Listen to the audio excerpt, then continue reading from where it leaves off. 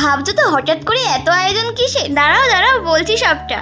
দিনটা ছিল কালী পুজোর পরের দিন। পৃথিবীতে 16টা বছর কাটিয়ে ফেলেছে আমার বোন, মানে আমার বোনের জন্মদিন। তারই আয়োজন চলছিল দুপুর থেকে। এখানে আমি আর আমার এক ভাই মিলে বেলুন দিয়ে সুন্দর করে ঘরটা সাজাচ্ছিলাম। এই দেখো, এখানে হ্যাপি বার্থডে ডের ওয়াইটা ছিল না, সেই জন্য আমি একটা কাগজের উপর লিখে দিয়েছিলাম। ঘরটা সাজানো কেমন হয়েছে তোমরা অবশ্যই বলবে। আর এই দেখো, বোনের কেক কাটার আগে দাদাই টেস্ট করে নিচ্ছিল। জানো তো, আমাদের দুই বোনের জন্মদিনে ওই প্রথমে আগে কেক খায়, তারপরে হচ্ছে আমরা কেক কাটি। এটা ধরা বাঁধা নিয়ম। তারপরে বোনও সবাইকে কেক খাইয়ে দিল। দাঁড়াও, তোমাদের সাথে একটা গল্প শেয়ার করি। আমার বোন 6-7 মাস আগে থেকে আমার কাছে বায়না শুরু করে দিয়েছিল যে ওর জন্মদিনে দুটো উপন্যাস দিতে হবে। আর আমি না ওকে কয়েকদিন ধরে শুধু রাগাচ্ছিলাম আমি কিছু দেবো না, আমি কিছু দেবো না বলে। আর এটা শুনে না ও সত্যি সত্যি বিশ্বাস করে নিয়েছিল আর আমার উপর একটু রেগেছিল। আর যখনই আমি গিফটটা দিয়েছিলাম ও তো কি খুশি, রিয়াকশনটা দেখো শুধু, জাস্ট ওয়াও।